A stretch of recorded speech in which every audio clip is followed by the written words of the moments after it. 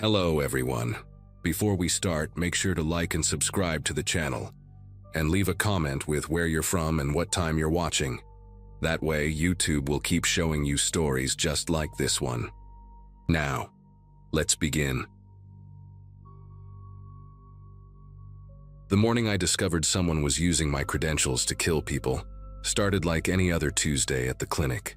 I'd been practicing psychiatry for 8 years in downtown Portland, mostly treating anxiety and depression cases at a medium-sized mental health facility that served about 300 patients.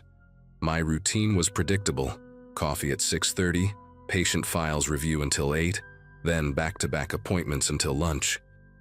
I lived alone in a one-bedroom apartment 15 minutes from work, spent weekends hiking when the weather cooperated, and generally kept to myself except for the occasional dinner with colleagues. That particular October day, the leaves were just starting to turn, and I remember thinking how peaceful everything seemed as I walked through the parking lot, completely unaware that my entire career was about to implode. The first sign of trouble came when Bethany, our head pharmacist, called my office around 9:15. She never called unless there was an issue with a prescription, usually just a dosage clarification or an insurance problem. But her voice had this strange edge to it, like she was trying to stay professional while something was clearly wrong. "Dr. Hawthorne," she said, using my full title, which she never did. "I need to verify this haloperidol order for Gregory Paulson. The system shows you authorized 40 milligrams daily, but that seems unusually high." My coffee mug stopped halfway to my lips. Gregory was my patient, yes, but I had him on 5 milligrams, carefully monitored. 40 milligrams wasn't just high, it was dangerous, potentially fatal for someone his age with his medical history. I told Bethany there had to be a mistake, that I'd never authorized that dosage. But she insisted the order came through my secure login at 11:43 the previous night. I rushed down to the pharmacy, my sneakers squeaking against the linoleum floors that always smelled faintly of disinfectant and floor wax. Bethany pulled up the order on her monitor. There it was, my electronic signature, my unique physician ID, timestamp showing 11:43 p.m. But I'd been home by then, already in bed watching some mindless reality show about people renovating houses. I remembered specifically because my neighbor's dog wouldn't stop barking, and I'd turned up the volume to drown it out. Bethany showed me 3 more orders from the past week, all submitted late at night, all with dosages that made no clinical sense. A 17-year-old girl named Kayla, with an order for 80 milligrams of Adderall daily, when the therapeutic maximum was 40. An elderly man prescribed enough Xanax to sedate a horse. Each order looked legitimate in the system, traced back to my login, my digital fingerprint all over them. The IT department got involved around noon. A guy named Jorge, who always wore these vintage band t-shirts under his required polo shirt. He ran diagnostic after diagnostic while I sat there watching, canceling my afternoon appointments, feeling like I was trapped in some kind of administrative nightmare. Jorge kept muttering things about no breach detected and authenticated access points. Technical jargon that basically meant whoever was doing this had my actual login credentials. He asked if I'd shared my password with anyone. Absolutely not. Had I logged in from any unusual locations? Never. Did I write my password down anywhere? Of course not. What kind of amateur did he think I was? But the evidence was undeniable. According to their systems, I had been logging in almost every night around 11 or midnight, systematically entering prescription orders for patients across our entire network, not just the ones I personally treated. Things went from bad to catastrophic around 3 that afternoon, when Dr. Reeves, our chief medical officer, called me into his office. His space always felt too cold, like he kept the AC cranked to Arctic levels even in October, and he had this habit of clicking his pen repeatedly when he was stressed. Click, click, click, the sound filled the room as he pulled up report after report on his computer screen. "Judith," he said, and the fact he used my first name made my chest tighten. "We've had 2 patients admitted to Providence emergency room since yesterday. Both overdoses. Both traced back to prescriptions authorized through your account."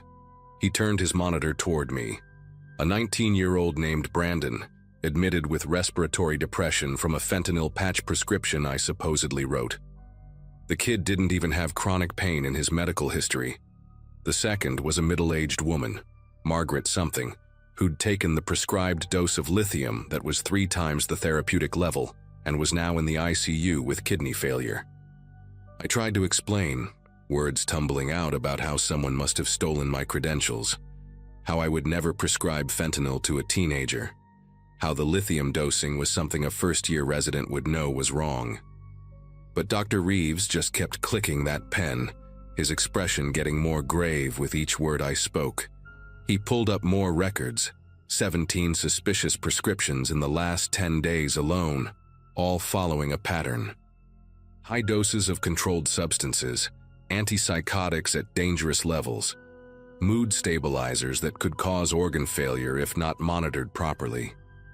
What scared me most was how calculated it all seemed. Whoever was doing this understood psychopharmacology, knew exactly which drugs at which doses would cause maximum harm, while still appearing plausible enough to pass through the pharmacy's initial safety checks. They weren't just randomly entering numbers. They were deliberately crafting prescriptions designed to hurt people while maintaining enough medical logic to avoid immediate red flags. The police arrived at 4:30, 2 detectives who looked like they'd rather be anywhere else. The woman, Detective Nguyen, had these sharp eyes that seemed to catalog everything, while her partner, a younger guy named Hoffman, took notes on a tablet that kept making this annoying chirping sound every time he saved something. They asked me to walk through my routine, my schedule, who had access to my office, whether I'd noticed anyone following me or acting suspicious. The questions felt surreal, like I was suddenly a suspect in my own life. Detective Nguyen asked to see my phone, my laptop, even wanted to know what kind of router I used at home. She explained that sometimes hackers could intercept login credentials through compromised Wi-Fi networks, but when they checked, my home network was secure, properly encrypted. No signs of intrusion. The more they investigated, the more it looked like I was either lying or losing my mind. By 6 o'clock, the hospital had suspended my prescribing privileges pending investigation. The phrase hit me like ice water. Pending investigation. Bureaucratic speak for, you're done until we figure out if you're a criminal or just incompetent. I sat in my car in the parking garage for 20 minutes, just staring at the concrete wall in front of me, trying to process how my entire professional life had unraveled in less than 9 hours. My phone buzzed with text after text from colleagues who'd heard through the hospital grapevine. Some offered support, others just wanted gossip, and a few seemed to be distancing themselves already, their messages formal and carefully worded like they were already thinking about potential subpoenas. The worst part was knowing that while I sat there feeling sorry for myself, whoever was doing this still had my credentials, still had access, and was probably preparing to submit more prescriptions that night. I drove home in a daze, nearly missing my exit twice, my mind racing through every interaction I'd had in the past month. The medical resident who'd seemed too interested in my prescribing patterns during rounds, the janitor who always worked late near my office, a quiet man named Carl who wore thick glasses and hummed old jazz tunes, the new pharmacy tech, Ashley, who'd started 3 weeks ago and always seemed to be working the night shift when these prescriptions came through. Even my own patients crossed my mind. Had someone been watching me enter my password during a session? The paranoia was eating at me. When I got to my apartment, I found myself checking the locks twice, pulling the blinds closed, even putting a chair against the door like some character in a thriller movie. I opened my laptop and started documenting everything I could remember about the past 2 weeks, creating a timeline of when I'd been in the office, when I'd left, any unusual encounters or observations. Around 8 o'clock, I got a call from Bethany at the pharmacy. Her voice was different now, urgent and hushed like she was calling from somewhere she shouldn't be. "Judith, I shouldn't be telling you this, but I've been going through the prescription patterns, and there's something weird you need to know." She explained that she'd cross-referenced the fraudulent prescriptions with the pharmacy pickup records. Every single one of these dangerous prescriptions had been picked up, but here's the disturbing part. They were all collected by different people, none of whom matched the patient names. The signatures on the pickup forms were all different, but Bethany had noticed something the police missed. Each signature, while appearing different at first glance, had the same unusual characteristic: a tiny hook at the end of the last letter, barely visible unless you were looking for it. She'd gone back through 3 months of records on her own time and found that same hook appearing on prescriptions for other doctors too, but those had been for normal doses, nothing suspicious enough to flag. The revelation made me physically ill. This wasn't about me at all. I was just the latest target in something bigger. I called Detective Nguyen immediately, but she didn't answer. Left a voicemail trying to explain what Bethany had found, probably sounding like a conspiracy theorist. But then Bethany sent me photos she'd taken of the signature cards, and when I laid them out on my kitchen table, the pattern was undeniable. The hook was there in every single one, hidden in what looked like natural variation in handwriting. I started thinking about who would have access to multiple doctors' credentials, who could pick up prescriptions without raising suspicion, who understood the system well enough to exploit it. That's when it hit me: the medical courier service. We'd switched to a new company about 4 months ago, Secure Health Logistics, and they had employees who regularly accessed multiple floors, multiple departments, handled prescription deliveries and pickups for patients who couldn't come in person. I spent the next 2 hours in a manic research spiral, pulling up everything I could find about Secure Health Logistics. The company website was professional but sparse, incorporated just 6 months ago. No real employee information beyond stock photos. Their Better Business Bureau page had no reviews, which seemed impossible for a medical courier service operating for half a year. The address listed was a mailbox at a UPS store. I called the after-hours line for our hospital's administrative office and convinced the security guard to check who had authorized the contract with Secure Health. The answer chilled me. It had been pushed through by Dr. Nathan Garrett from Psychiatric Services, a colleague who'd mysteriously taken a family emergency leave 2 weeks ago, right when the suspicious prescriptions started escalating. Nathan, who always stayed late, who had administrative access to the prescription system for quality assurance reviews, who'd been so helpful in showing new doctors how to navigate the electronic medical record system. Detective Nguyen called me back at 10:40, and this time she was taking me seriously. She'd had her team pull surveillance footage from the pharmacy's external cameras for the pickup times of the fraudulent prescriptions. The different people picking up the medications? They all wore Secure Health Logistics uniforms, baseball caps pulled low, surgical masks citing health protocols, but they had similar builds, similar gaits. She thought it might be the same 2 or 3 people alternating.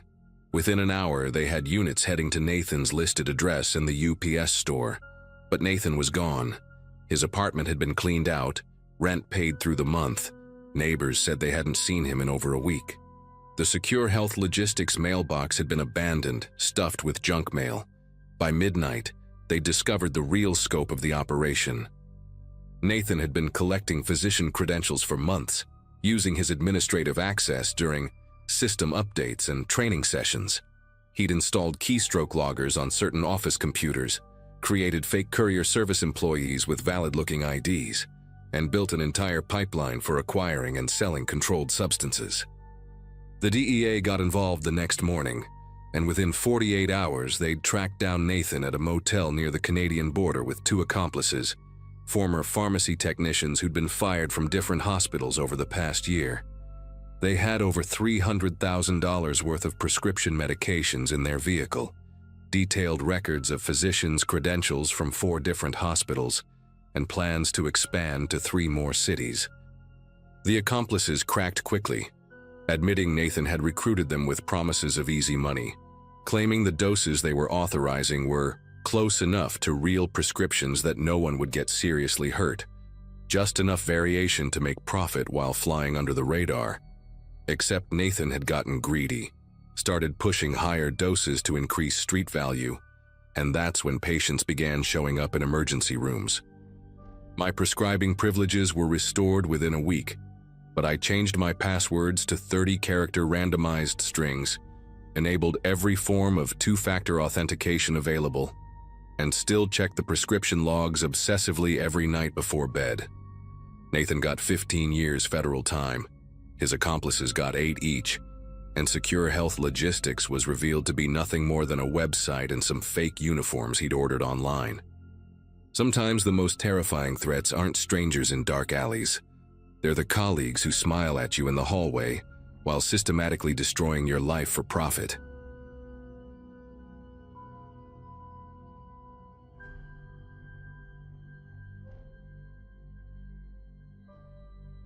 I've worked the night shift at Riverside Memorial for about 8 years now, and you get used to the weird stuff that happens after midnight.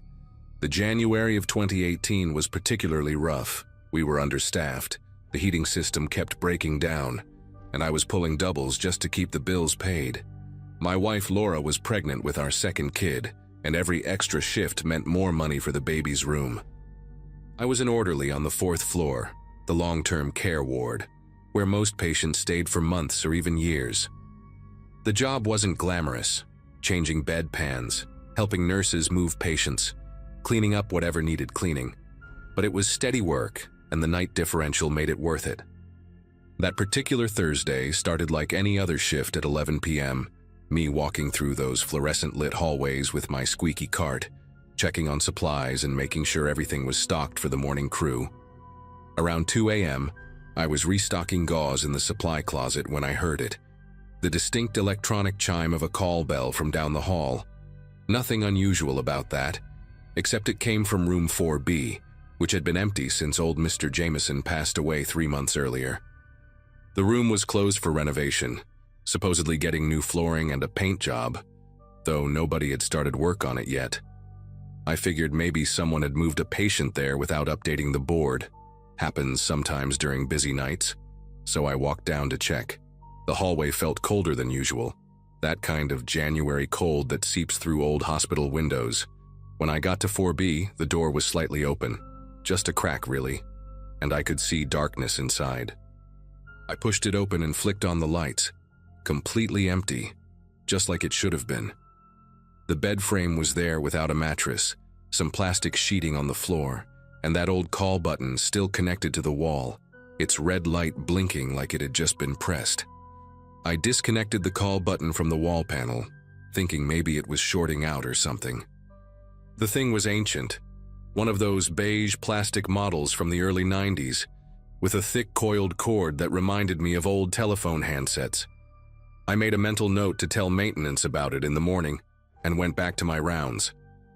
About 20 minutes later, I was helping Nurse Diane turn Mrs. Kowalski in room 4F when we heard that same chime again. Diane looked at me funny because she knew 4B was empty too. We both pretended not to notice, but I could tell it bothered her. After we finished with Mrs. Kowalski, I went back to 4B. The call button was still unplugged, lying on the floor exactly where I'd left it, but the red indicator light on the wall panel was going crazy, flashing on and off like Morse code. The weird part was the sound. It wasn't coming from the panel itself, but from the main desk down the hall, like someone was actively pressing a connected button somewhere. That's when things got genuinely strange. While I stood there staring at that flashing light, trying to figure out what kind of electrical problem could cause this, I heard Diane shouting from down the hall. Mr. Thompson in room 4H was having some kind of episode. His breathing had gotten ragged and his monitors were going off. I ran over to help, and we worked on him for maybe 10 minutes before Dr. Patel arrived and stabilized him. The man pulled through, barely, but Diane mentioned something that made my skin prickle. She said, "Mr. Thompson's monitor alarm had started exactly 3 minutes after we heard that call bell from 4B. I laughed it off, told her she was being superstitious, but I went back and checked the desk log. The call from 4B was recorded at 2:27 a.m.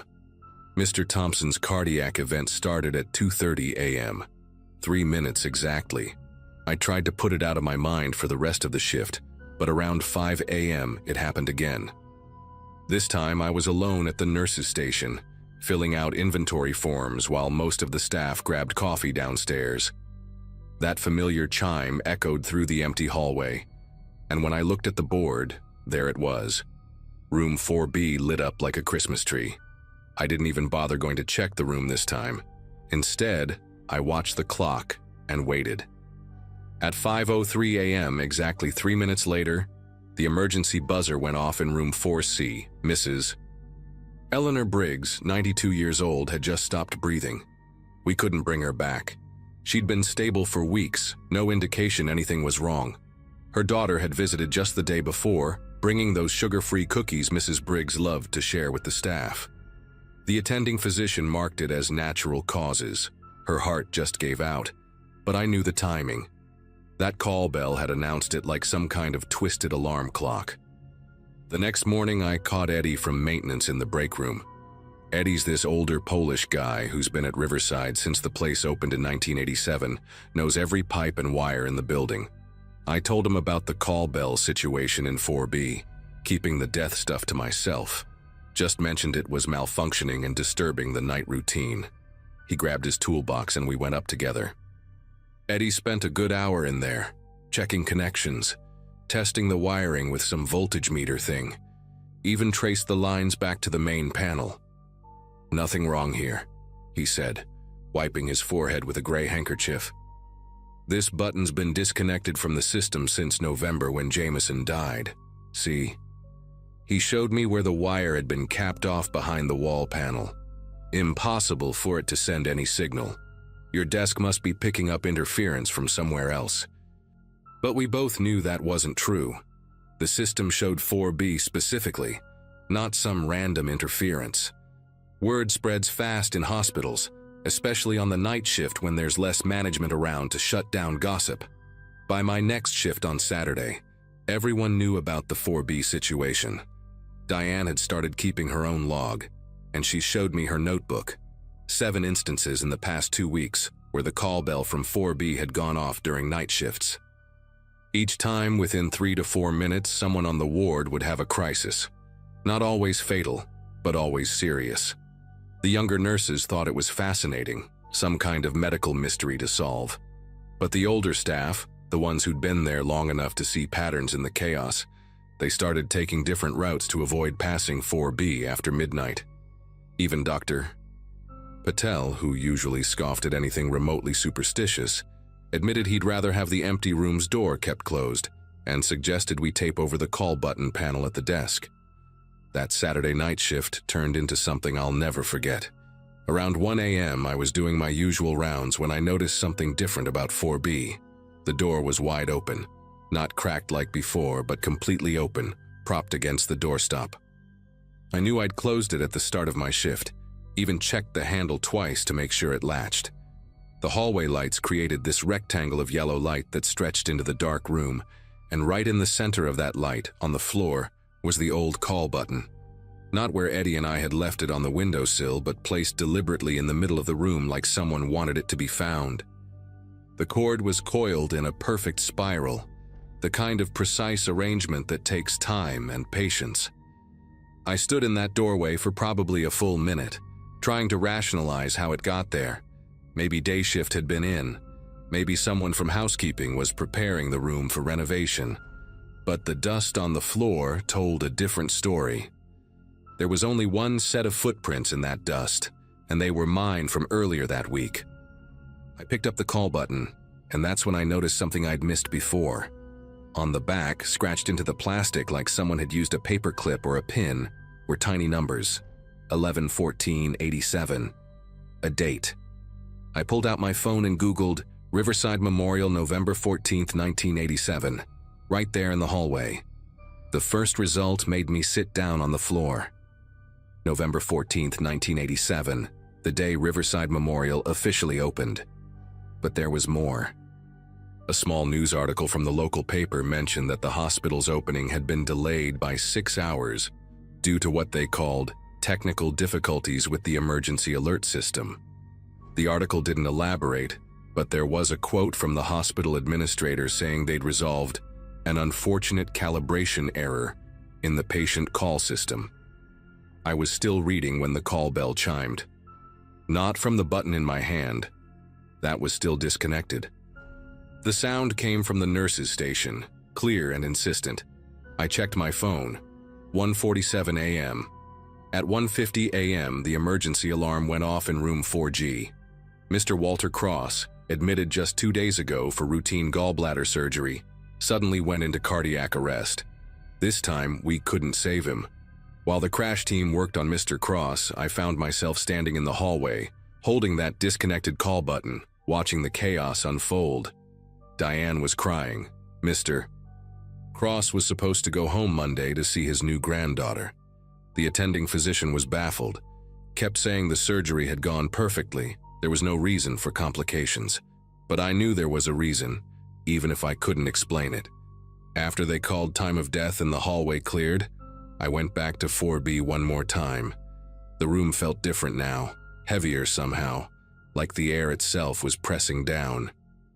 I placed the call button on the bed frame and said out loud, to no one in particular, "Enough. Whatever this is, enough." It sounds crazy, but I swear the temperature in that room dropped about 10 degrees when I said it. And somewhere in the walls, I heard this faint clicking sound, like an old relay switch trying to connect. The rest of that shift passed without incident. No more call bells from 4B, no more emergencies. When morning came, I made a decision. I went straight to the administrator's office and requested a transfer to the second floor, pediatric ward. Less pay, but I couldn't handle another night waiting for that bell to predict someone's death. Before I left, I stopped by the hospital's records room in the basement. The old maintenance logs from 1987 were stored in these yellowing binders that smelled like mildew and old paper. It took me an hour, but I found it. November 14, 1987, an incident report filed by the head of maintenance. The new call bell system had been installed incorrectly, with some kind of feedback loop that caused random alerts. But here's the disturbing part. During those 6 hours of delay, before they fixed the system, 3 patients died on the 4th floor. The report noted it as coincidence, but mentioned that staff had complained the call bells seemed to activate in advance of medical emergencies. The hospital's solution? They replaced the entire system within a month except, and this was handwritten in the margin, Unit 4B panel retained due to budget constraints. It's been 5 years since I transferred floors. I still work nights at Riverside, but I never go up to the 4th floor anymore.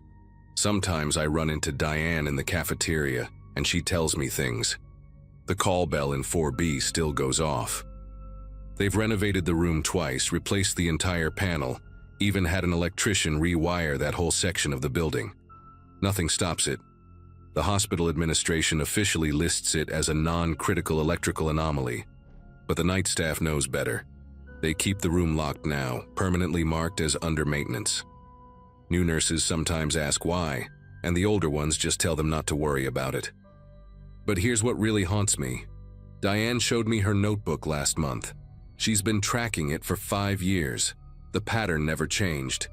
3 minutes before someone on that floor enters critical condition, room 4B announces it. Every single time. The hospital has the lowest mortality rate in the state for the 4th floor now, because the night staff has learned to stage outside patient rooms when that bell rings, ready to respond. They've saved dozens of lives this way. So maybe that's why it keeps happening. Maybe it was never about death at all. Maybe something in that room, in those old wires and forgotten circuits, is trying to help. I don't know, and honestly, I don't want to know. I just know I'll never work that floor again.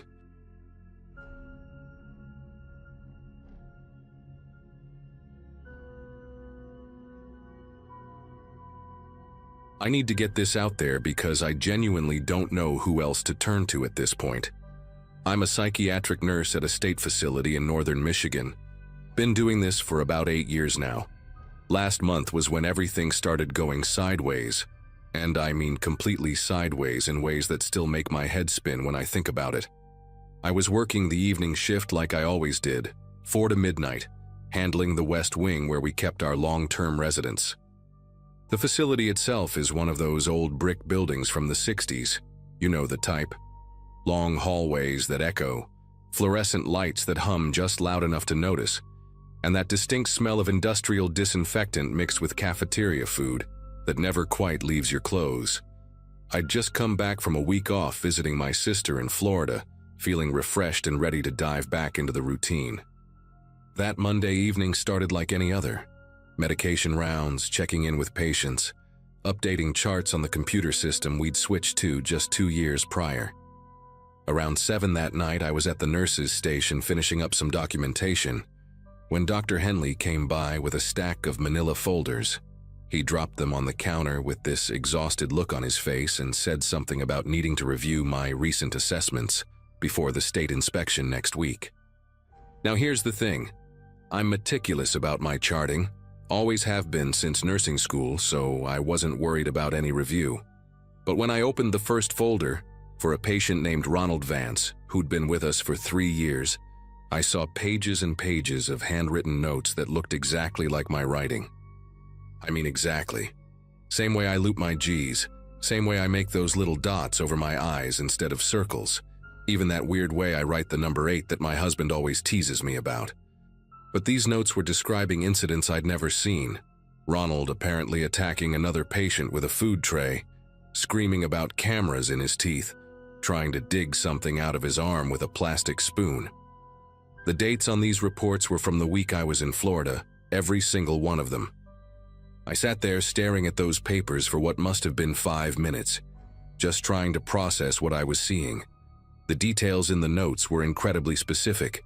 Things like patient became agitated at 3:47 p.m.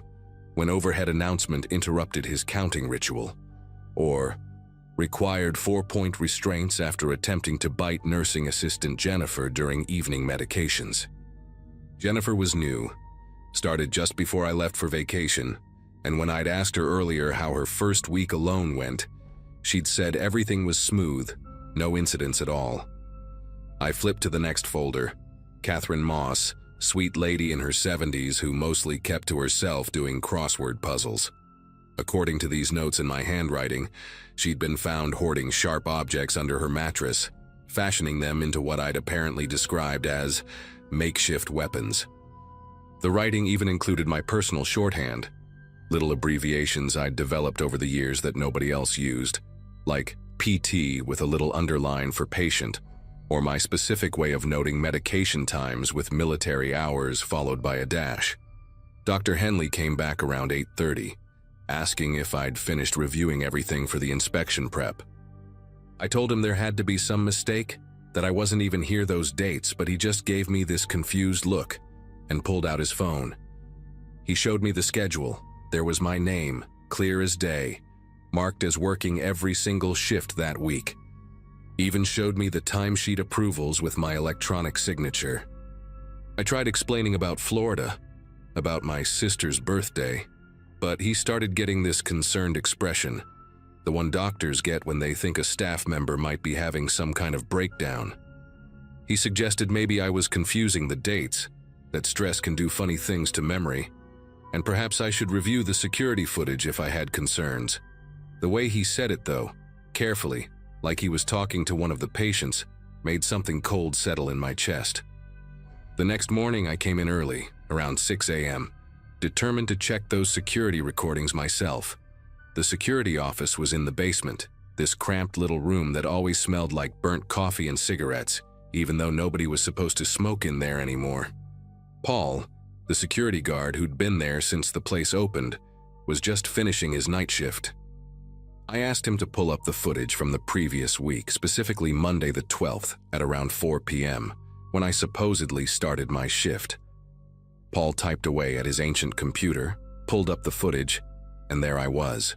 Or at least, someone who looked exactly like me. Same scrubs I always wore. Same way of pulling my hair back with that specific twist I do, even wearing the watch my daughter gave me for Christmas. This person on the screen walked with my exact gait, that slight favor to my left knee from an old skiing injury. I watched myself badge in, grab a coffee from the break room, 2 sugars, no cream, just like always, and head to the West Wing to start rounds. I had Paul replay it 3 times, zooming in on the face each time. It was me, but it couldn't be me because I have photos on my phone from that exact day showing me and my sister at a seafood restaurant in Clearwater, Florida, timestamp and location data included. When I showed Paul the photos, he just shrugged and said maybe it was a technical glitch with my phone, that sometimes these things happen with digital stuff. But then, I asked him to show me something specific. Footage from the medication room at 9 p.m. that same night. See, I have this particular way of organizing the med cart, always putting the controlled substances on the left side, regular meds on the right, with labels facing out. Sure enough, there was me doing exactly that. Even doing that thing where I tap each bottle twice before placing it, a habit I picked up from my mentor years ago. Paul started looking uncomfortable, kept glancing at me like he was trying to figure out if this was some kind of test or if I was having an episode. That afternoon, I decided to talk to some of the patients directly, starting with Ronald Vance. Ronald had been relatively stable for months before I left, responding well to his medication regimen, participating in group therapy. When I found him in the day room working on a jigsaw puzzle, I sat down casually and asked how his week had been.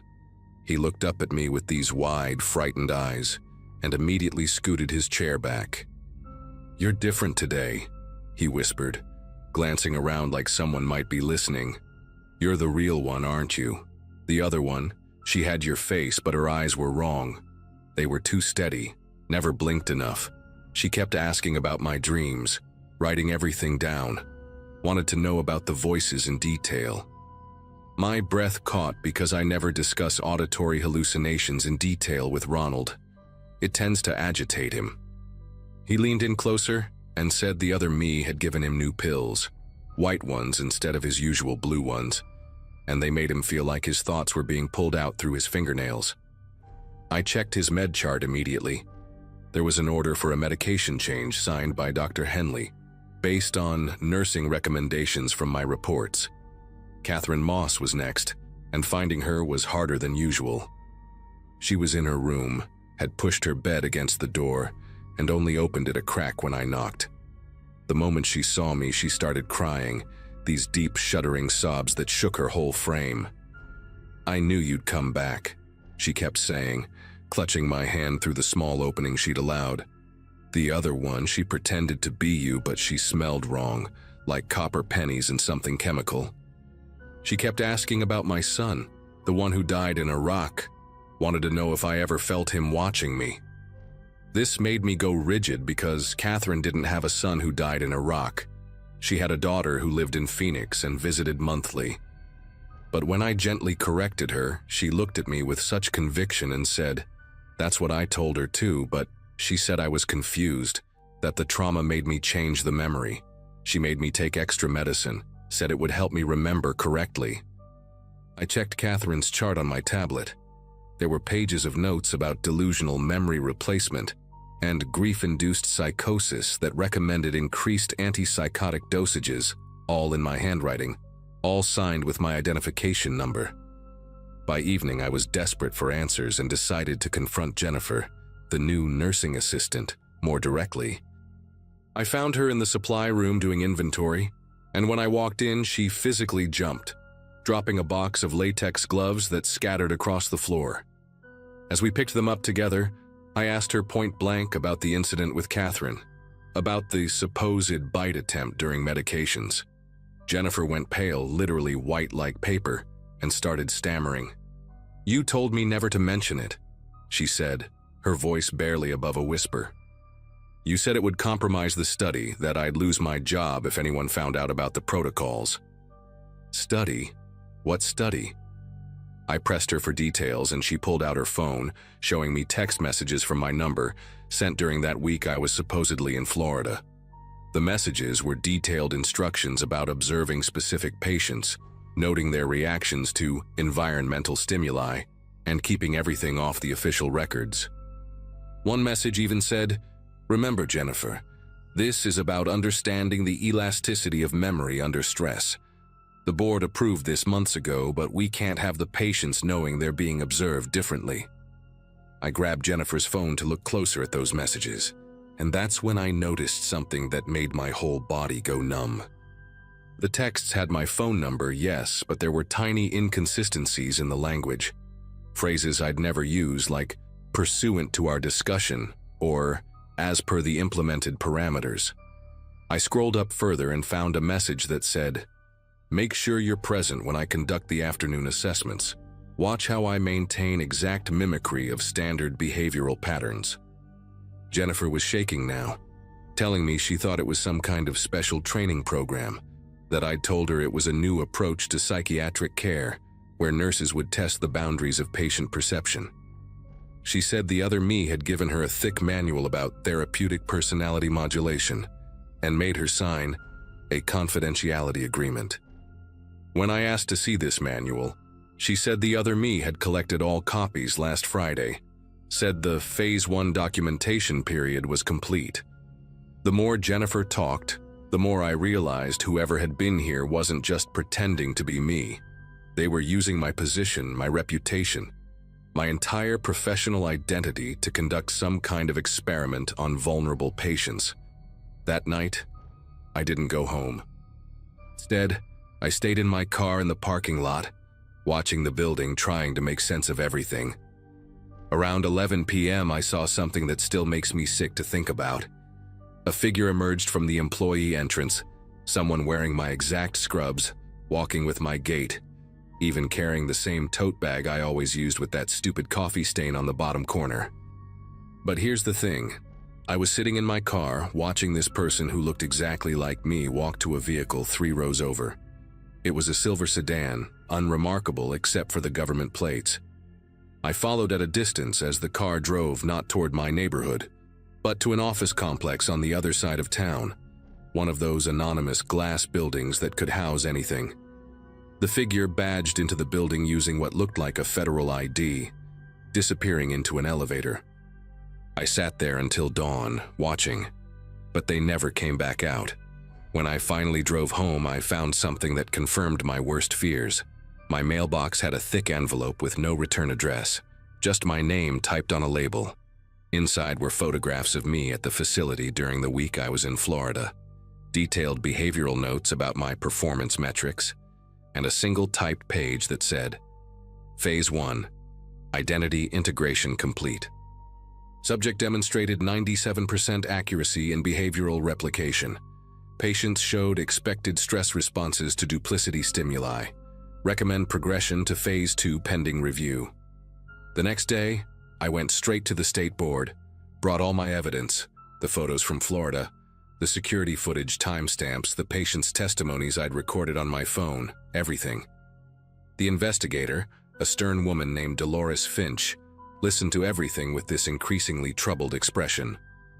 She made calls, pulled records, even sent someone to the facility immediately. But when they reviewed the employee files, there was no record of me ever taking vacation that week. My sister's number in my emergency contacts? It had been changed to a number that, when called, went to a voicemail saying the number was designated for research verification purposes only. The investigation concluded that I had suffered what they called a stress-induced dissociative episode, recommended I take immediate medical leave, and suggested psychiatric evaluation. Dr. Henley supported this recommendation, citing the concerning delusions I'd been experiencing. But here's what haunts me. The morning I was escorted out of the facility for my own well-being, I passed the nurses' station and saw the schedule for next month. My name was on it, full shifts, already approved. And in the margin, someone had written in my handwriting, Phase 2 initiated. I've been home for 3 weeks now, and yesterday my neighbor mentioned she saw me leaving for work at 4 p.m., wearing my scrubs, looking perfectly normal. I was sitting in my kitchen at that exact moment, staring at my revoked ID badge, wondering if I'm losing my mind or if something far worse is happening.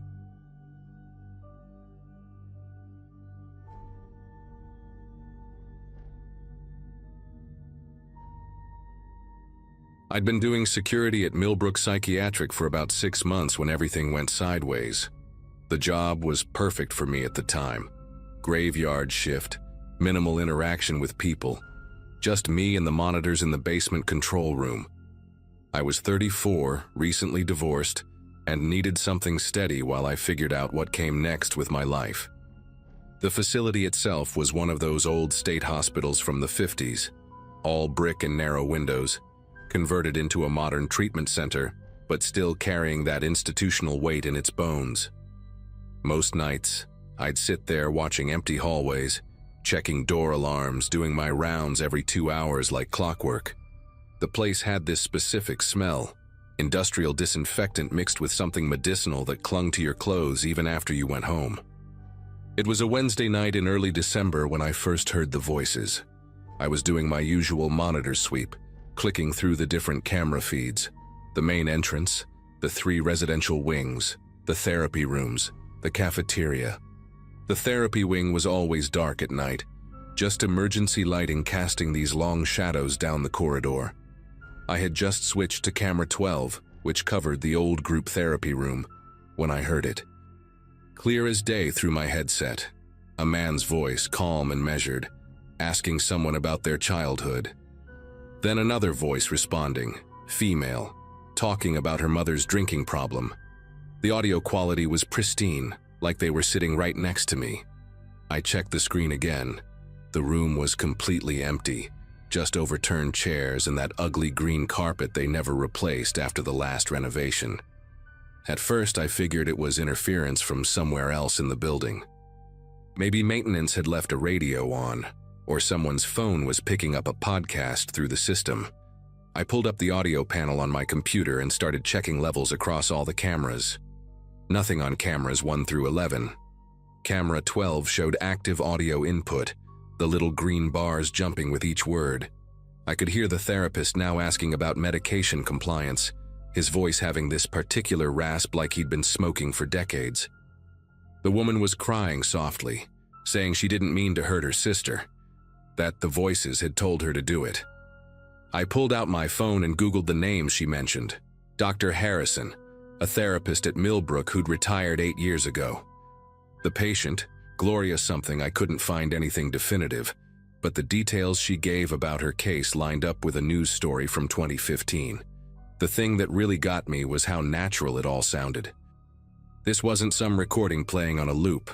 There were pauses, shuffling sounds, the squeak of a chair when someone shifted their weight.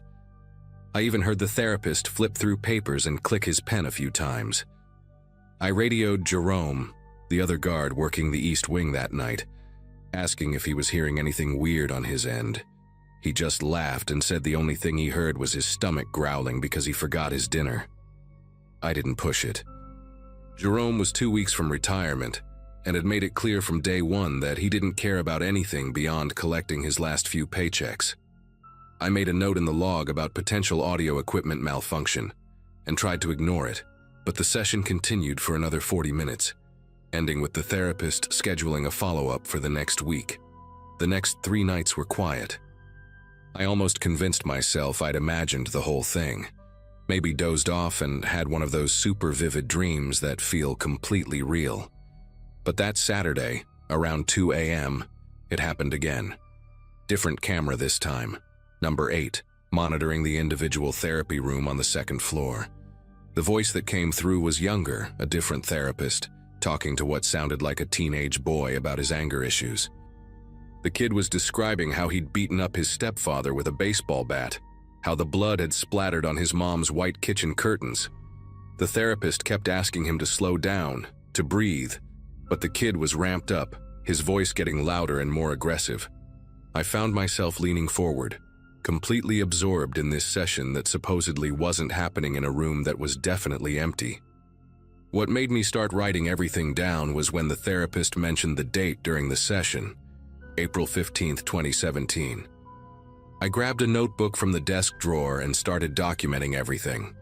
The patient's first name was Kevin, no last name mentioned. The therapist was Dr. Melissa Reeves. I looked her up right away on my phone. She'd worked at Millbrook from 2016 to 2018, then moved to Colorado. Her LinkedIn showed her working at some wellness center in Denver now. The session I was hearing had happened over 7 years ago, but every word came through crystal clear, like it was being broadcast directly into my headset.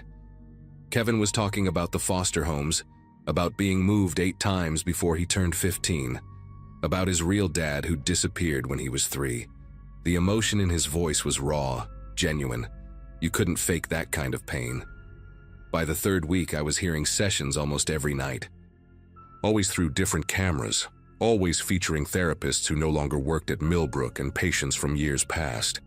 I'd filled up half my notebook with names, dates, and session details. Some of the patients I could trace through old news articles or obituaries. At least 4 of them had died, either from overdoses or suicide, years after their treatment. I started bringing my laptop to work, creating a spreadsheet to track patterns. The sessions weren't chronological. I'd hear one from 2008, then 2016, then 2011. No apparent connection between the patients either. Different diagnoses, different therapists, different treatment outcomes. The only common thread was that all these sessions had happened in rooms that those specific cameras monitored. Then came that Friday night, December 20th. I'd just finished my first round, checking all the doors and emergency exits, making sure the medication room was properly secured. Settled back into my chair with my gas station coffee, I started the camera rotation. Camera 3 was showing the small therapy office near the admission desk, when I heard a voice that made me spill coffee all over my uniform. It was my voice. Clear. Unmistakable. I was listening to myself talking to a therapist. But here's the thing. I'd never been a patient at Millbrook. Never had therapy anywhere for that matter. I didn't believe in that stuff. Always figured I could handle my own problems. But there I was, hearing myself tell some Dr. Anderson about the car accident, about watching Melanie die while I couldn't get my seatbelt undone, about the months of insomnia that followed. Melanie was my ex-wife's name, but she was very much alive, probably asleep in her apartment across town with her new boyfriend. The version of me in the recording sounded broken, desperate. He was talking about the guilt, about how he should have been driving that night instead of letting her take the wheel after the party. He mentioned specific details. The song playing on the radio when the truck hit them, the smell of antifreeze mixing with blood, the way her hand went limp in his.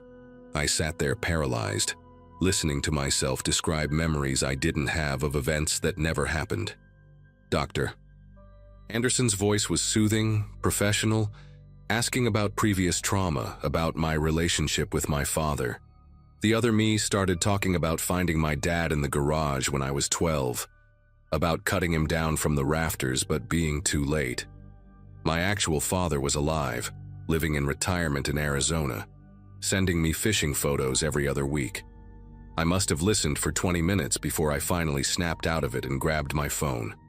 Called Melanie right there at 3 a.m. She answered on the 5th ring, groggy and annoyed, demanding to know what emergency justified waking her up. Just hearing her voice, irritated but definitely alive, helped me breathe again. I made up some excuse about thinking I'd left something at her place months ago, apologized for the hour. After hanging up, I immediately called my dad.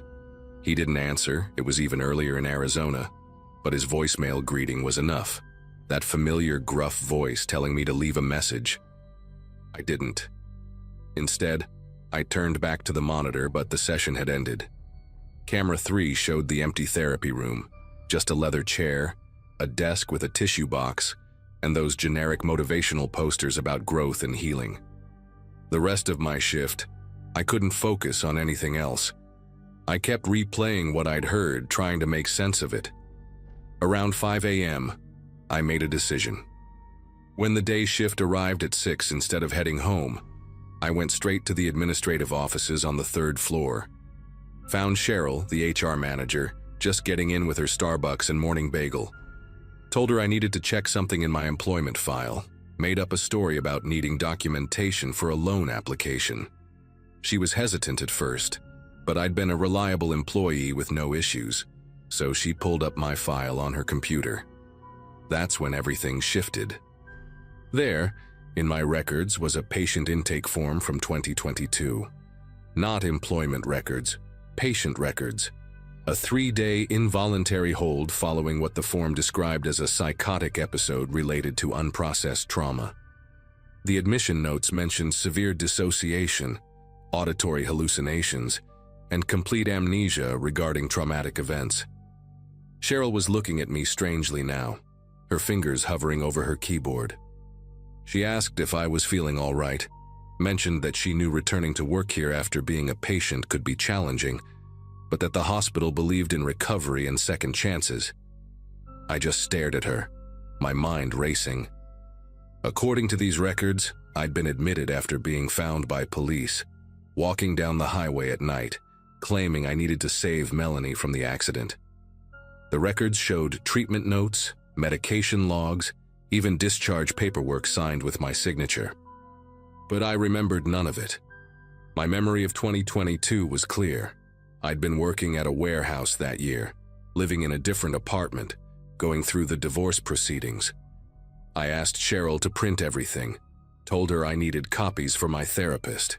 She did, though her expression suggested she was considering calling someone, maybe security, which was ironic since I was security. I left the building with a stack of papers that documented a life I didn't remember living. The morning sun felt too bright, unreal almost. I sat in my car in the parking lot for an hour, reading through every page. The clinical notes were detailed. Apparently, I'd been convinced that multiple versions of my life were bleeding together, that I could hear echoes of alternate timelines through electronic devices. Dr. Anderson, the same therapist from the recording, had treated me. His notes described my condition as a rare form of dissociative disorder, possibly triggered by extreme stress. The discharge summary indicated improvement with antipsychotic medication and recommended outpatient therapy, which, according to the records, I'd attended for 6 months. There were even progress notes from those sessions, describing my gradual acceptance of the real timeline and decreased reports of auditory phenomena. I called in sick for the next 3 nights, spent the time trying to verify which memories were real. Called old coworkers from the warehouse. They remembered me but were fuzzy on the exact dates I'd worked there. Checked my bank records from 2022. There was a 3-day gap in transactions that matched the hospitalization dates, and several payments to a pharmacy after that for medications I didn't remember taking. The pills were still in my medicine cabinet when I looked, the bottles dusty and unopened, prescribed by Dr. Anderson for acute psychosis. I stared at them, trying to remember buying them, taking them, anything. Nothing came back. But what really disturbed me was finding a journal in my closet, shoved behind old tax returns. My handwriting, pages and pages describing the voices I was hearing through TVs, radios, phones, all talking about tragedies that hadn't happened yet or had happened differently. The last entry was dated a week before I'd apparently applied for the security job at Millbrook. I went back to work after those 3 days. Couldn't afford to lose the job, and honestly, I needed answers. The first night back, I didn't hear anything unusual. Just the normal sounds of the hospital at night, the hum of fluorescent lights, distant footsteps from the medical wing, the occasional beep from the door sensors. I started to think maybe it was over, that discovering the truth had somehow broken whatever was happening. But around 4 a.m., while monitoring camera 15 in the East Wing therapy room, I heard my voice again. This time I was talking to Dr. Anderson about the sessions I'd been hearing through the security monitors. The me in the recording was describing exactly what I'd experienced over the past few weeks, hearing the old therapy sessions, discovering I'd been a patient, finding the journal. Dr. Anderson was asking if I'd been taking my medication. The other me laughed, said he'd started taking them again after finding the bottles, said the voices had stopped once he did. The session was dated December 23rd, 3 days from now. I quit that night. Didn't even finish my shift, just packed up my thermos, left my badge on the desk, and walked out. On my way home, I stopped at a 24-hour diner and threw the printed records in their dumpster. Back at my apartment, I flushed all the pills down the toilet, threw the journal in the garbage chute. Found a new job within a week. Overnight stocking at a grocery store, no monitors, no recordings, just boxes and shelves. It's been 8 months now. Sometimes I wonder if I made the right choice, if I should have kept listening to find out what happens next, or if I should have taken those pills to see if they really would have made it stop. But mostly I try not to think about it at all. The only thing that still bothers me is this. Last week I was organizing my closet and found another journal, newer than the first one, hidden in a shoebox. The first entry is dated December 23rd, in my handwriting, describing my first day back at Millbrook after taking medical leave. According to this journal, I never quit. According to this journal, I'm still working there.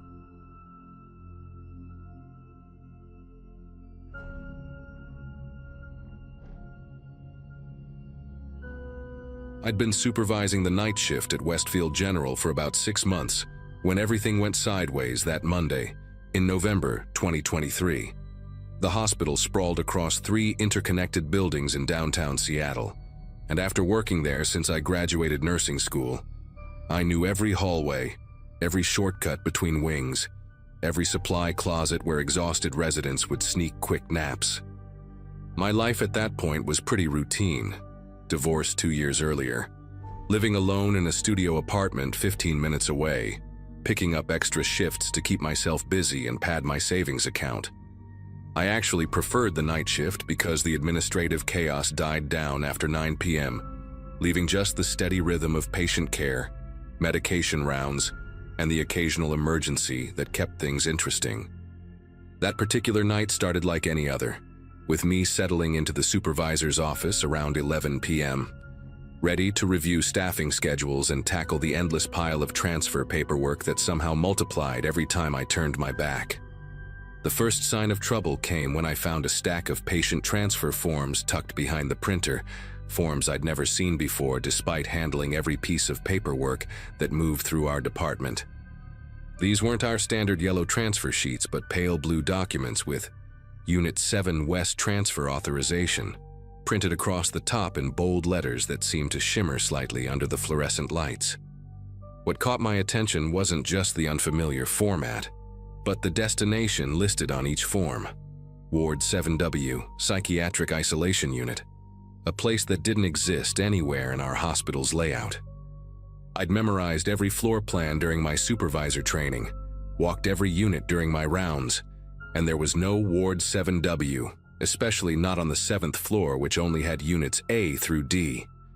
The signatures at the bottom looked authentic though, bearing the distinctive scrawls of Dr. Morrison and Dr. Yamamoto, 2 of our most senior psychiatrists, whose handwriting I'd recognize anywhere after years of deciphering their medication orders. I started going through the forms more carefully, and that's when my chest began to tighten with genuine unease. Each form documented a patient transfer that had supposedly occurred within the past 3 weeks, complete with admission times, diagnosis codes, and detailed notes about specialized containment protocols and sensory restriction therapy, terms I'd never encountered in 15 years of psychiatric nursing. The patient names were all there in black ink. Robert Simmons, age 34, transferred for aggressive dissociative episodes. Maria Gonzalez, age 28, moved for reality integration therapy. Douglas Park, age 45, requiring intensive cognitive restructuring. These weren't just random names either. I vaguely remembered admitting a Robert Simmons earlier that month, a soft-spoken accountant who'd checked in for severe anxiety after losing his job. The timestamps on the form showed transfers happening during my shifts, at times when I was definitely in the building, yet I had no memory of authorizing or even seeing these particular movements. My first instinct was to check our electronic medical records system, pulling up each patient's file, while the office hummed with the white noise of ventilation systems and distant monitor beeps. Robert Simmons's chart showed him as an active patient, still supposedly occupying bed 4B in our standard psychiatric unit, with nursing notes entered just that morning describing his continued improvement and positive response to medication. But when I called down to 4B and asked Nurse Stevens to do a visual check, she came back on the line confused, telling me that bed had been empty for at least a week, maybe longer. The strangest part was how she paused before answering, like she was trying to remember something just out of reach, then mentioned that she thought Simmons had been discharged, but couldn't quite recall when or to where. I pulled up Maria Gonzalez next, finding the same pattern: active chart, recent nursing notes, But when I called the unit, the charge nurse insisted that room had been vacant since the previous month's deep cleaning. By 2 in the morning, I'd abandoned my regular duties and started walking the floors myself, those blue transfer forms clutched in my increasingly sweaty grip. The 7th floor should have been my first stop, but the elevator wouldn't go past the 6th floor no matter how many times I pressed the button. The 7 just wouldn't light up, like it had been disconnected from the panel entirely. I took the stairs instead, my footsteps echoing in that narrow concrete stairwell. But when I reached what should have been the 7th floor landing, the door opened directly onto the 8th floor's cardiac unit. I tried 3 different stairwells throughout the building, even the old service stairs that maintenance used, but it was the same everywhere. You could go from 6 to 8, but 7 had somehow been edited out of the building's physical structure. The weird thing was that from outside, you could still see the 7th floor's windows, rows of them glowing with soft yellow light between the 6th and 8th floors. But inside the building, that floor had become architecturally impossible to reach. I decided to track down Dr. Yamamoto, finding him in the emergency department finishing up with a patient who'd come in with severe chest pains. When I showed him the transfer forms with his signature, his face went through this progression of expressions I'll never forget. First confusion, then recognition, then this blank neutrality that didn't reach his eyes. He held the papers up to the light, running his thumb over his own signature like he was testing if the ink was real, and told me yes. He remembered signing them, remembered these patients needed specialized care that our regular units couldn't provide. But when I pressed him for details about Ward 7W, about where exactly these patients had gone, his answers became increasingly vague and contradictory.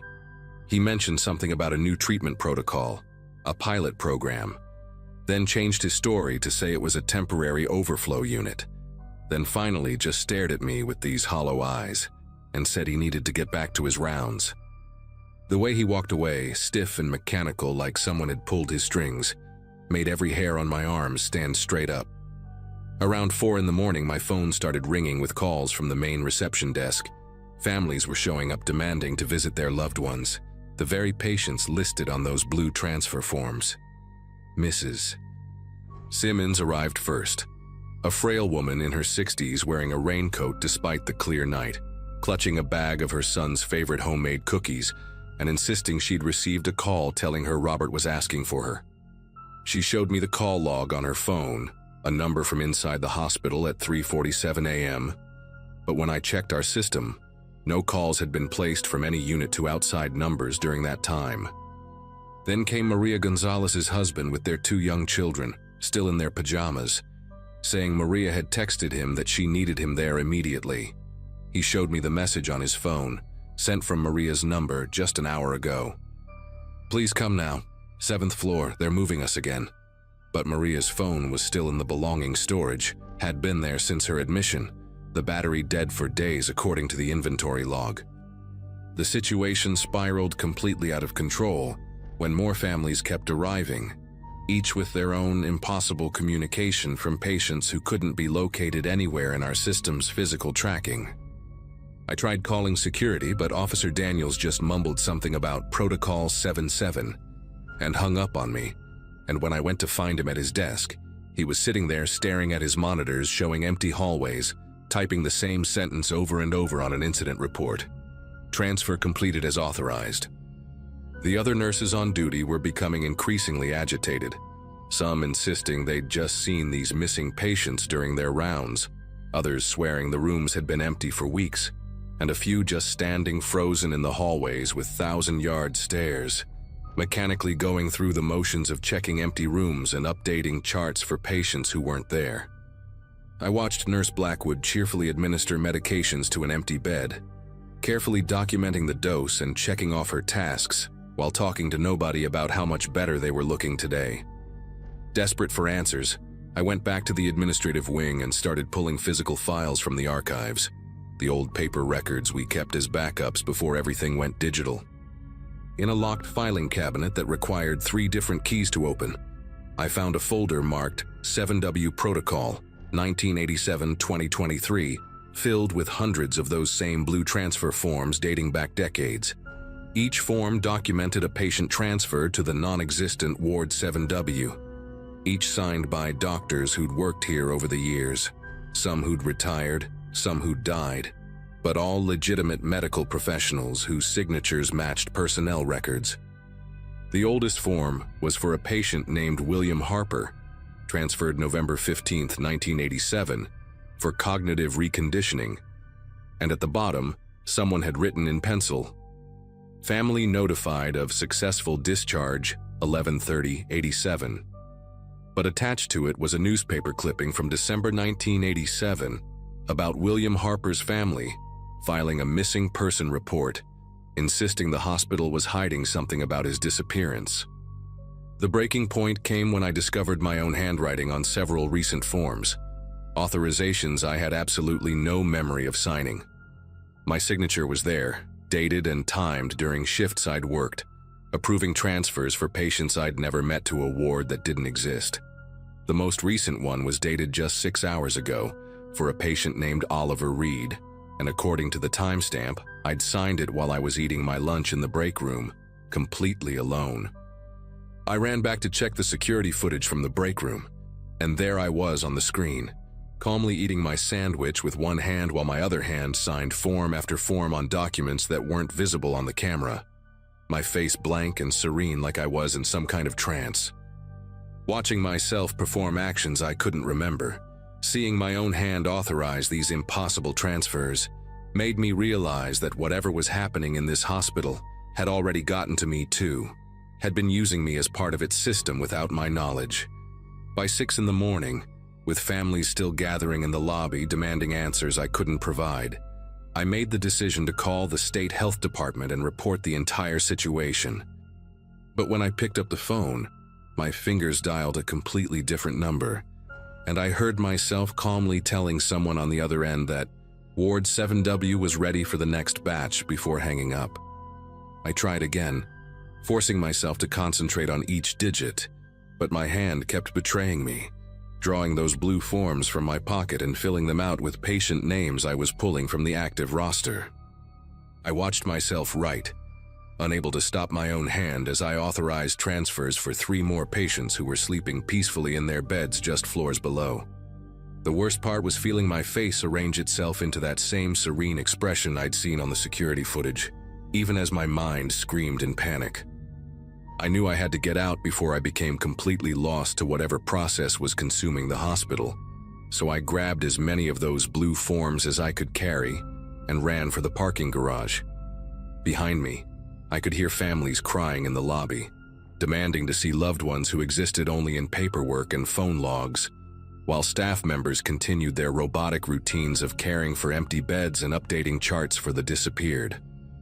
In my car, I spread out all the forms I'd taken and noticed something I'd missed before. Each patient's diagnosis included the same phrase buried in different medical terminology: reality displacement disorder, hidden within their supposed conditions. Every single one of them, over decades of transfers, had been marked with this same impossible diagnosis that no medical textbook had ever described. I drove straight to the police station with my evidence, but when I handed over the forms to the desk sergeant, he just looked at them blankly and said they were blank papers, nothing but empty blue sheets without a single word written on them. That was 3 months ago, and I never went back to Westfield General after that night. I submitted my resignation via email, packed up my apartment within a week, and moved to my sister's place in Vermont, where I found work at a small rural clinic that still uses paper charts and has only 2 floors. The state investigation I'd hoped would happen never materialized. When I called to follow up, they had no record of any complaints about Westfield General, no reports of missing patients, nothing unusual in their inspection records. But I know what I saw, what I experienced, and I keep those blue forms locked in a safe deposit box even though everyone else sees them as blank pages. Sometimes I check the hospital's website, looking at staff photos, and I notice familiar faces are missing. Dr. Yamamoto's bio disappeared in December, Nurse Blackwood's in early February, replaced by new doctors and nurses whose smiles seem just a little too fixed, a little too perfect. The families never stopped searching, though, and I still get messages through social media from Mrs. Simmons, from Mr. Gonzalez, from dozens of others whose loved ones vanished into Ward 7W. They tell me the hospital insists their family members were discharged, showing them paperwork with their own signatures approving the releases, signatures they swear they never made. Some families have hired private investigators, but they always come back with the same report. The patients were properly discharged, all documentation is in order. There's nothing unusual to investigate.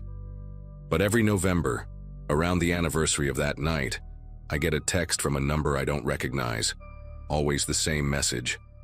Ward 7W is ready for the next batch. Please report for your shift.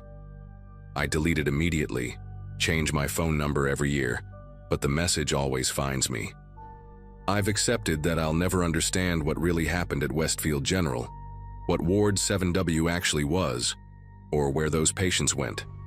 All I know is that I got out before I became another signature on a blue form, another person who exists only in paperwork, while their family searches for answers that the hospital will never provide.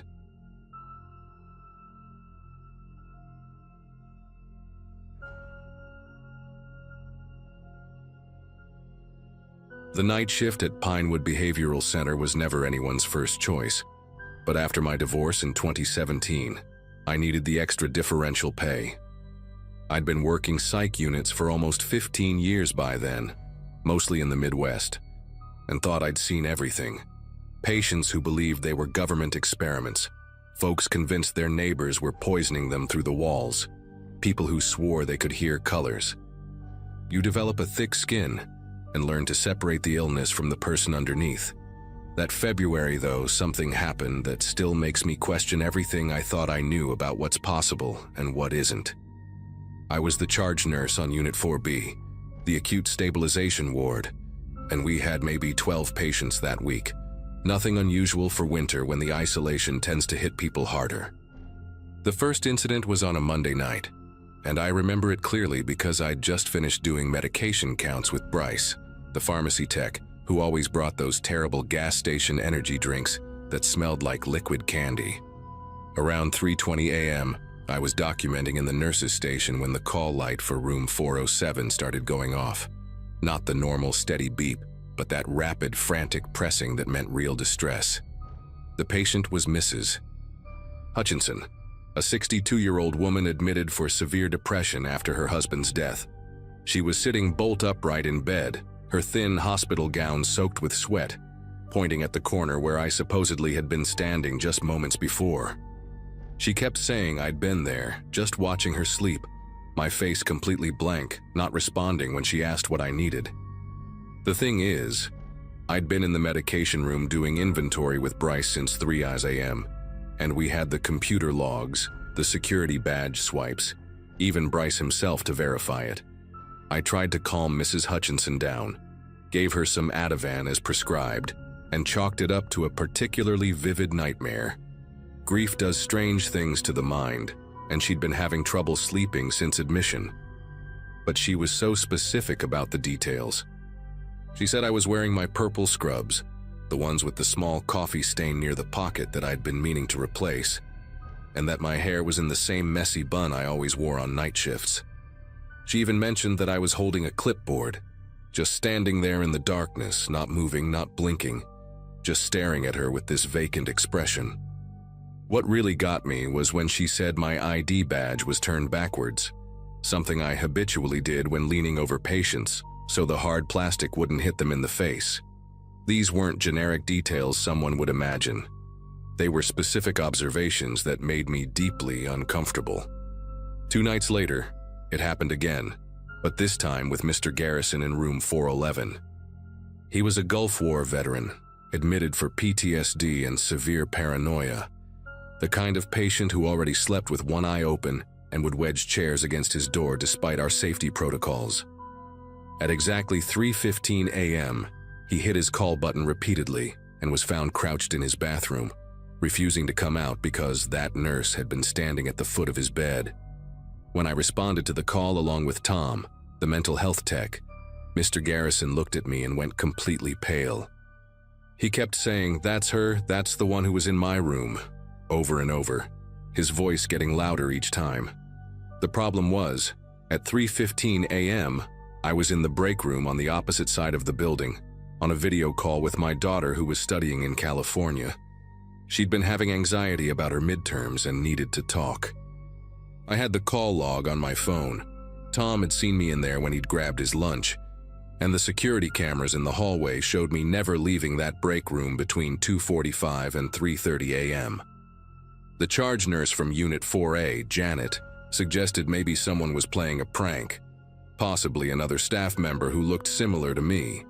Though honestly, I'm 5'2" with prematurely gray hair and a distinctive scar on my chin from a childhood bike accident. Not exactly common features. We reviewed all the security footage from both nights, every single camera on the unit, and found nothing. No one entering those rooms except for the regular hourly rounds by the techs. The doors to 407 and 411 remained closed between rounds, and the hallway cameras showed no movement. Dr. Phelps, the attending psychiatrist, started adjusting medications, assuming we were dealing with some kind of shared delusion, maybe triggered by something environmental.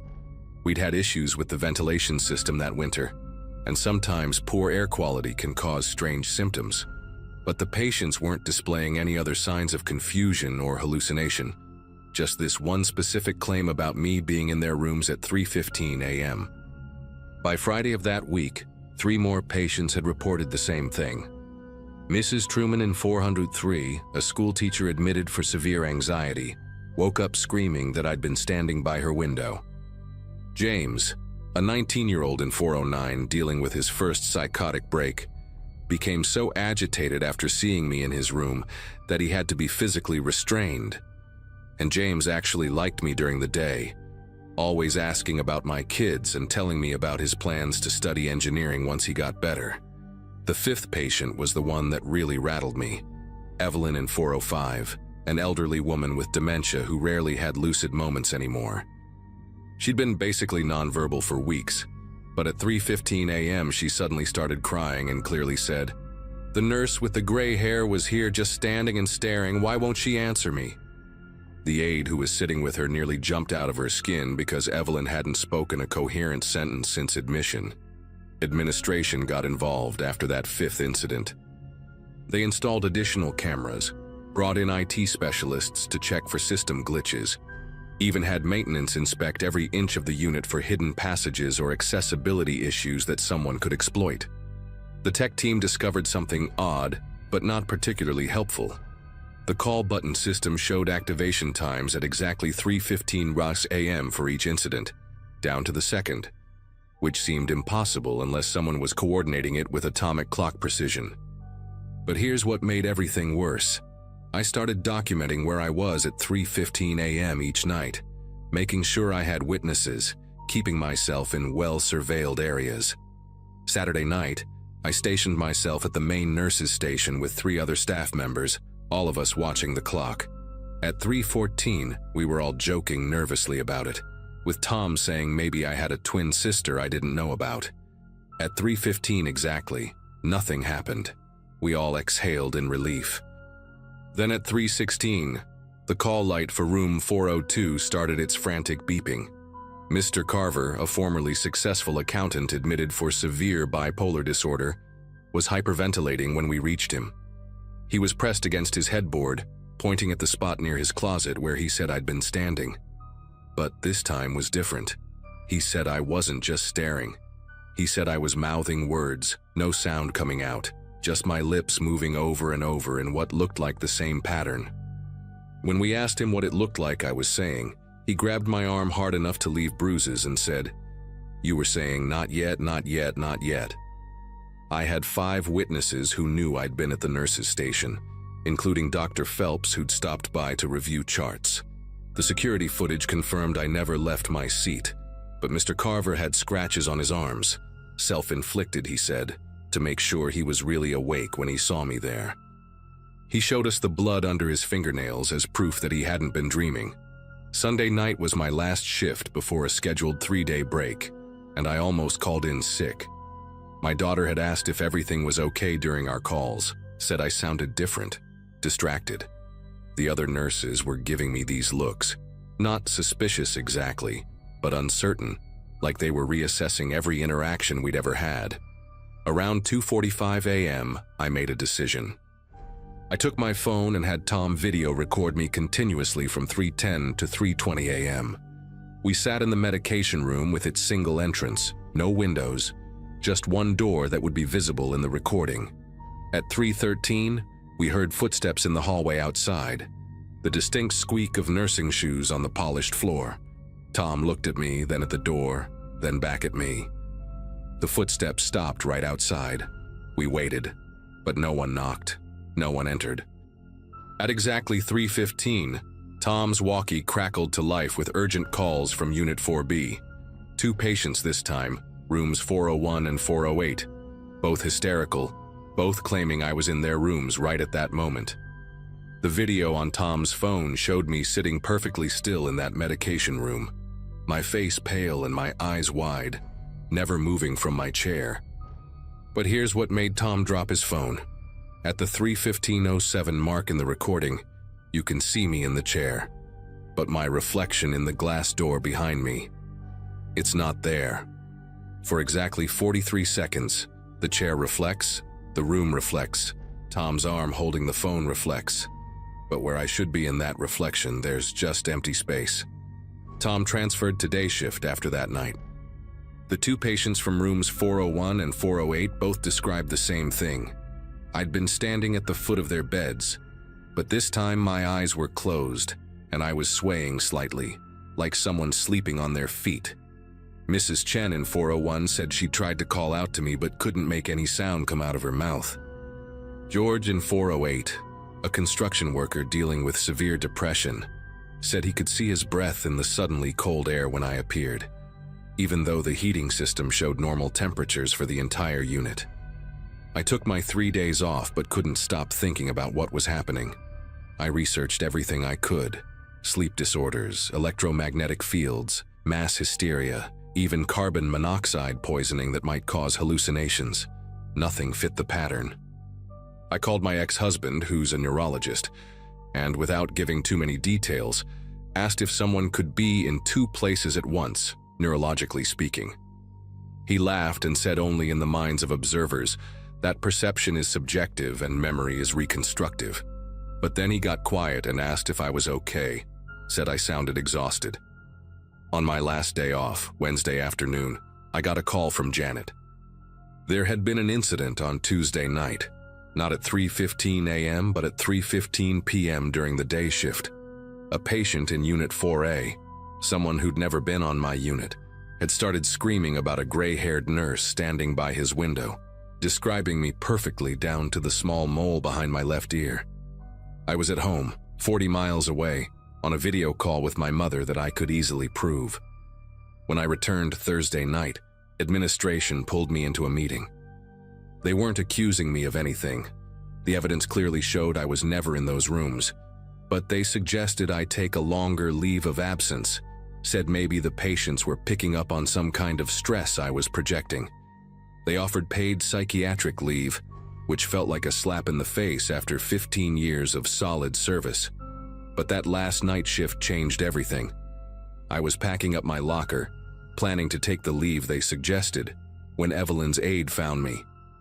She was a young woman named Kendra, who usually worked with dementia patients because of her incredible patience. She told me that Evelyn had been mumbling all week, mostly incoherent, but she'd been writing things down when she had clearer moments. Kendra handed me a crumpled piece of paper covered in shaky handwriting. Most of it was illegible, but one line in the middle was perfectly clear. "The nurse isn't visiting, she's practicing." I took the leave of absence and never went back to Pinewood. The official report concluded it was a case of mass psychogenic illness, triggered by one patient's vivid hallucination that spread through suggestion to others, though that didn't explain the matching times, the specific details, or Evelyn's sudden lucidity. About 6 months later, I ran into Bryce at a grocery store. He told me the 3:15 incident stopped the day I left, just completely ceased. But he also told me something that made me go cold right there in the cereal aisle. They'd hired a travel nurse to cover my shifts temporarily, an older woman named Susan, who happened to have gray hair. 3 weeks into her assignment, she had what they called a cardiac event at exactly 3:15 a.m. while sitting at the nurse's station. She survived, but when she came to, she kept insisting someone had been standing behind her, someone who looked exactly like her but empty, like a photocopy of a photocopy. She quit nursing entirely after that. I work at a pediatric clinic now, day shifts only, and I've never had another incident.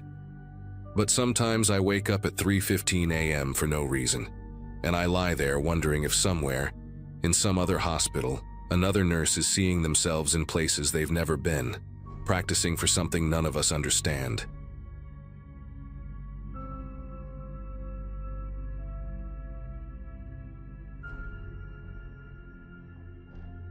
I work nights, and back when this happened, I was assigned as the only security guard covering the psychiatric wing of a mid-sized hospital. My routine was simple: rounds every hour, check the doors, then sit in the monitoring room flipping through the surveillance feeds. Most nights blurred together into silence and fluorescent hums, but I had gotten used to that calm. It's the kind of quiet that plays tricks on your head if you let it. What kept me grounded were the cameras. Watching them gave me the sense that at least I wasn't completely alone in that wing. The first time I noticed the gap was by accident. I was drinking burnt coffee from the break room and rewinding footage from earlier in the week, trying to stay awake. Right around 2:10 a.m., the screen blinked like static and then skipped ahead 10 minutes. At first I thought it was a glitch in the playback system. I checked the hard drive, ran diagnostics, everything. No warnings, no signs of corruption. It was like those minutes had been deliberately cut out. When I mentioned it casually to one of the nurses the next day, she gave me this nervous laugh and said, "That's probably when the ghosts come out." I brushed it off, but then she leaned closer and lowered her voice. Some of the patients had been talking about new staff, walking into their rooms at night. They described men in pale uniforms, neat but old-fashioned, like something out of the 70s. The problem was, no one on payroll matched those descriptions. And worse, patients said the staff never spoke. They just stood at the foot of the bed, staring, then left without a sound. That week, one of the long-term patients, a woman named Cynthia, stopped eating. She told her assigned nurse that one of those silent orderlies had come into her room during the blackout.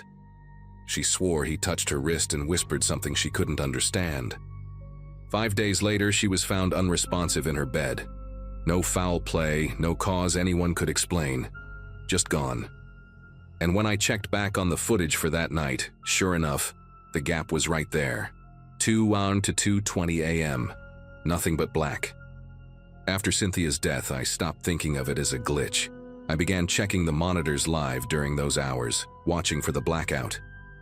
The first Wednesday, I stayed glued to the chair, waiting. At exactly 2 a.m., the feed blinked out. Every single camera in the psychiatric wing going dark at once. Not frozen, just gone, like someone pulled the plug.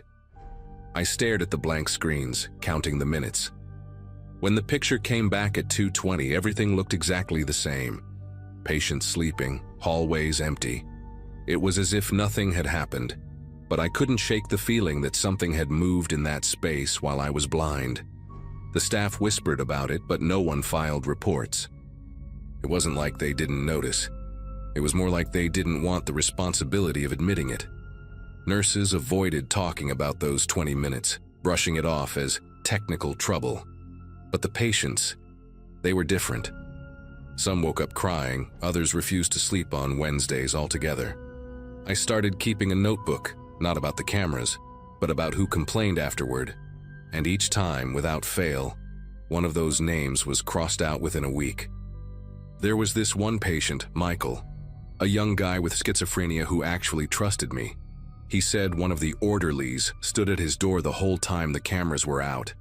He described the man's face in detail, sharp jawline, buzz cut, but eyes so pale they almost glowed under the dim lights. The uniform he wore didn't have the hospital's logo, but a small stitched patch shaped like a diamond. Michael asked me straight up if I'd seen the guy. I wanted to tell him no, but something in me hesitated. It was easier to say I'd look into it even though I had no way of confirming anything. The strangest part wasn't just the deaths, it was the silence surrounding them. Administrators wrote them off as natural declines or complications of mental illness. There were no investigations, no autopsies that explained anything unusual. Still, every time I sat in that chair, waiting for the feeds to vanish, I felt like I was complicit, watching a cycle no one wanted to stop. I knew another name would be gone soon.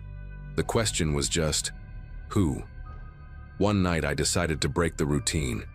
Instead of staying in the control room, I walked the wing right before 2 a.m. I left the monitors recording and carried a small flashlight, making sure my footsteps stayed quiet on the linoleum floors. As the clocks ticked over, every overhead light flickered and then hummed back to life, but the air felt heavier, almost charged. I ducked into the corner of a hallway and waited, staring down toward the patient rooms. For 20 minutes, I didn't hear a single sound, not the usual mutters or restless movements from inside the rooms, not even the distant mechanical buzz from the vents, just dead silence, so thick it pressed against my ears. When the feeds came back, I hurried into the control room to review what had been recorded. Strangely, the tapes showed nothing but static for those 20 minutes, as if the lens itself had been blinded. Yet my watch confirmed that the hallway lights had stayed on while I was there. It made no sense. What bothered me more was that when I returned to the wing the next morning, one of the orderlies, a real one, told me that a patient named Russell had been screaming all night, claiming 2 men in white tried to drag him out of bed. 4 days later, Russell died in his sleep. I finally took it to my supervisor, showing her the logs of the blackouts. She listened, but her response was careful, almost rehearsed. "Don't dig into this," she said, her eyes fixed on the floor. "Trust me, let it go." The conversation ended there. No follow-up, no explanation. Just a warning that told me more than her words did. It was the first time I realized maybe the administration wasn't ignoring the problem. They knew. They just chose silence over answers. Not long after, I quit. Walked out one morning and never went back. I still don't understand what I saw or what I didn't see, but I know those 20 minutes are real. And somewhere in that wing, someone or something walks freely while the cameras go blind. Patients see them, staff pretends not to, and eventually a bed goes empty. To this day, every time a digital clock flicks past 2 a.m., I wonder who they're standing in front of now.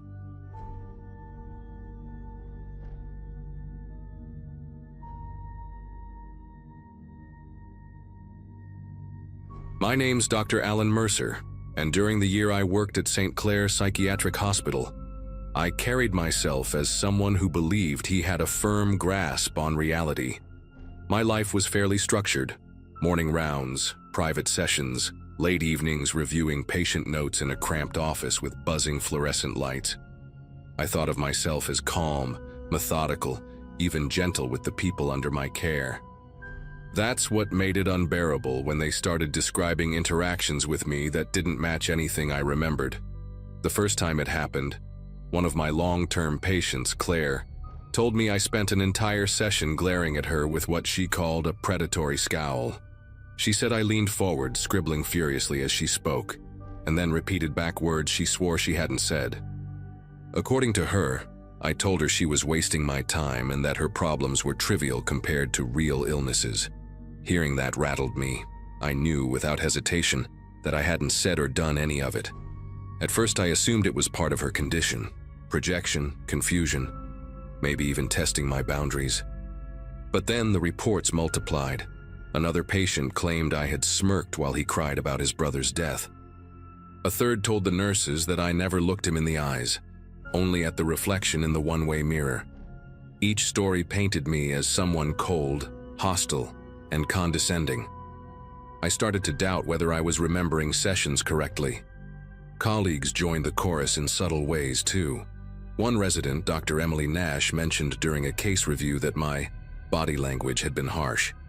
She said I'd crossed my arms the entire session and nodded dismissively whenever the patient spoke. I was stunned, because in my memory I'd been leaning in, listening, speaking softly. But Emily insisted. And then she added something strange. The ward's security footage would probably clear things up, since cameras ran constantly in the therapy rooms. I asked to review the footage myself. Sitting in the small monitoring room with a guard named Lucas, I felt an odd mix of dread and anticipation. The grainy video loaded, and there I was, same office, same clothes, same patient sitting across from me. But the version of me on screen didn't match what I remembered. My shoulders were hunched forward, jaw clenched, and my eyes locked on Claire like I was dissecting her. Every few seconds I'd jot down something in the notepad. When she laughed nervously, the man on the screen tilted his head and sneered. I wanted to argue that it wasn't me, but the figure moved exactly as I did. The strangest part was the notes. I leaned closer, watching myself scribble entire sentences. Claire never said half of what was written. She'd been talking about a childhood memory, but the me on camera wrote, "She feels watched. She admits guilt. She lies constantly." None of that was true, at least not from the conversation I remembered. Yet the handwriting was mine. Same quick slant, same shorthand I'd used for years. Lucas looked uncomfortable. He didn't say anything, just crossed his arms and waited for me to explain. I couldn't. I muttered something about stress, about maybe mixing up sessions. But deep down, I knew I hadn't. My memory of that day was crystal clear, and it clashed violently with the evidence playing on the screen. Still, I tried to bury the doubt and told myself it was a one-off mistake. The next week shattered that illusion. More patients confronted me about things I supposedly said. Harsh comments, outright accusations, even sarcastic laughter. And every time I checked the footage, the recording backed them up. The man in the video looked like me, moved like me, wrote like me. But he wasn't me. It felt as if there were two versions of my life running parallel. The one I lived in my head, and the one the cameras and witnesses swore was real. I started to dread every session. Patients wouldn't even sit down before asking why I'd been so cold the last time, or why I'd written down words they'd never spoken. Nurses whispered that I seemed different in the hallways, though no one could define how. I became obsessed with proving to myself that I was still me. Some nights I'd lock my office door and stare at the mirror above my desk, forcing myself to smile, frown, blink, checking whether my own reflection would betray me. One night after hours, I gave in and pulled another video from the system, one I hadn't been authorized to watch. It was a session with a new patient named Marcus. The camera caught everything. Marcus nervously explaining his anxiety, me nodding. And then a shift. My face hardened, lips curling in something between contempt and amusement. I leaned toward him and muttered words I swear never left my mouth. "You don't deserve help. You're wasting this bed." Marcus flinched in the footage.